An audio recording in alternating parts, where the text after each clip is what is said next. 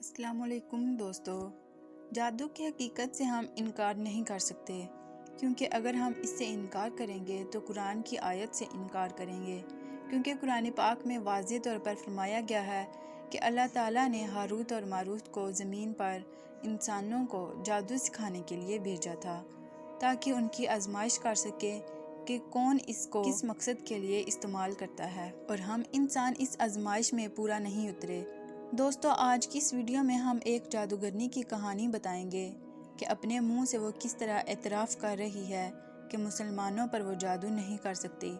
لیکن اس ویڈیو میں آگے بڑھنے سے پہلے آپ سے گزارش ہے کہ ہمارے چینل کو ابھی تک اگر آپ نے سبسکرائب نہیں کیا تو سبسکرائب کر دیں، تاکہ آئندہ ویڈیوز بنانے کے لیے ہمیں موٹیویشن ملتی رہے۔ لیکن یہاں ابھی آپ کے ذہن میں یہ سوال چل رہا ہوگا کہ جب اللہ تعالیٰ نے خود فرشتے بھیجے جادو سکھانے کے لیے تو پھر اس میں آزمائش کیسی ہے، پھر جادو غلط کیسے ہے؟ لیکن اس کا جواب یہ ہے کہ لوگ ہاروت و ماروت سے پہلے بھی جادو کا کام کر رہے تھے، لیکن یہ دو فرشتے جب کوئی بھی انسان جادو سیکھنے آتا تو اس کو بولتے کہ یہ کفر ہے، یہ انسان کی آزمائش کے لیے ہے، اور جادو سے منع فرماتے۔ اس طرح لوگوں کو خبردار کرنے کے لیے اللہ تعالیٰ نے ان کو نازل فرمایا کہ اللہ سے مقابلہ مت کرو، تاکہ لوگوں کو یہ گمان نہ رہے کہ یہ ایک اچھا کام ہے، کیونکہ ہاروت اور ماروت سے پہلے بھی جو لوگ جادو کرتے تھے کبھی کسی نے انہیں اس سے منع نہیں فرمایا تھا، اس لیے لوگوں کو لگتا تھا کہ یہ ایک اچھا کام ہے۔ جادو کی حقیقت یہ ہے کہ یہ ایک نظر کا دھوکہ ہوتا ہے، بس لوگوں کی نظروں میں ایسا کچھ کر دیا جاتا ہے کہ جو جادوگر اس کو دکھانا چاہتا ہے انسان کو وہی کچھ نظر آتا ہے۔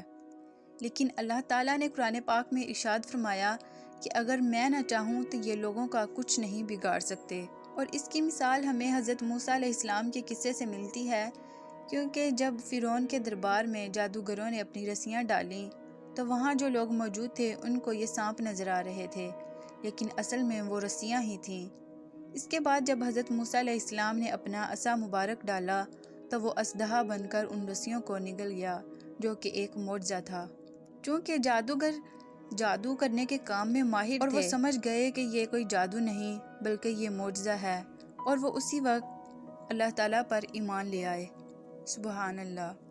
اب بات کر لیتے ہیں اس جادوگرنی کی جس نے اپنے انٹرویو میں بتایا کہ وہ مسلسل کئی سالوں سے جادو کر رہی ہے۔ جب اس سے ایک یہ سوال کیا گیا، کیا کبھی ایسا ہوا ہے کہ کسی پر جادو کرنا ہو لیکن آپ اس پر جادو کر نہ پائی ہوں، یا بہت مشکل پیش آئی ہو؟ تو اس جادوگرنی نے جواب دیا کہ جی ہاں، مسلمان ایسے لوگ ہیں جن پر میں جادو چاہ کر بھی نہیں کر پاتی، کیونکہ وہ ہر وقت اپنے رب سے رابطے میں رہتے ہیں۔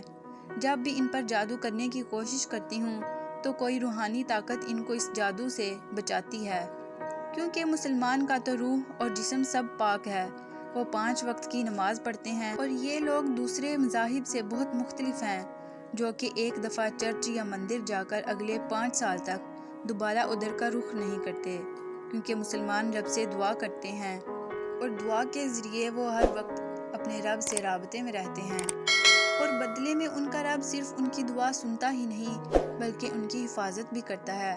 اس لیے ان کے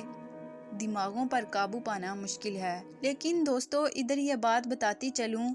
کہ یہاں بات ہم جیسے عام گنہگار مسلمانوں کی نہیں ہو رہی بلکہ پریکٹسنگ مسلمانوں کی ہو رہی ہے،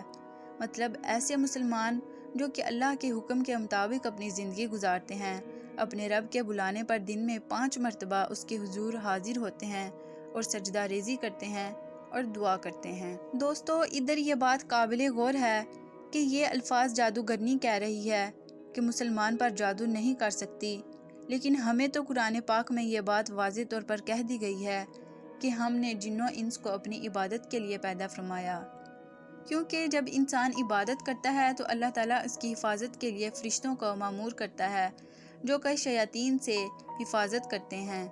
تو کیا اس جادوگرنی سے ہمیں یہ سبق نہیں ملتا کہ نماز دن میں 5 مرتبہ کیوں فرض کی گئی؟ کیونکہ نماز برائی، بے حیائی سے روکتی ہے اور شیاطین سے ہماری حفاظت کرتی ہے۔ لیکن ادھر ایک یہ سوال بھی اٹھتا ہے کہ اگر اللہ تعالیٰ چاہتا تو اپنے بندوں کو بنا کسی نماز کی ان شیاطین سے بچا سکتا تھا تو پھر نماز کیوں فرض کی گئی؟ اور اس کا جواب بھی سورہ ہجر میں ہمیں ملتا ہے کہ جب شیطان نے اللہ تعالیٰ کو کہا کہ میں بھی تیرے بندوں کو گمراہ کروں گا، کیونکہ اللہ تعالیٰ نے شیطان کو جنت سے نکال دیا تھا، لیکن شیطان نے وعدہ کرنے کے ساتھ یہ بھی کہا کہ سوائے تیرے ان برگزیدہ بندوں کے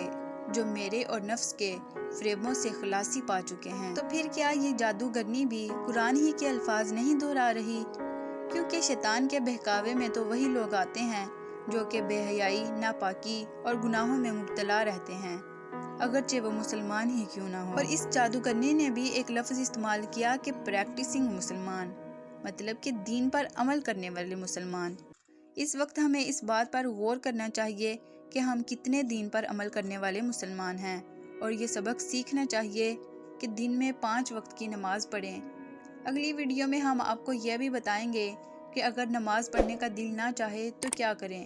کیونکہ نماز کے بغیر تو ہم پریکٹسنگ مسلمان نہیں بن سکتے۔ امید کرتی ہوں کہ آپ کو یہ ویڈیو بہت پسند آئی ہوگی اور اللہ تعالیٰ کی ذات پر یقین کامل بھی پختہ ہوا ہوگا۔ اگر ایسا ہے تو ویڈیو کو لائک کریں۔ ملتے ہیں نیکسٹ ویڈیو کے ساتھ، تب تک کے لیے اللہ حافظ۔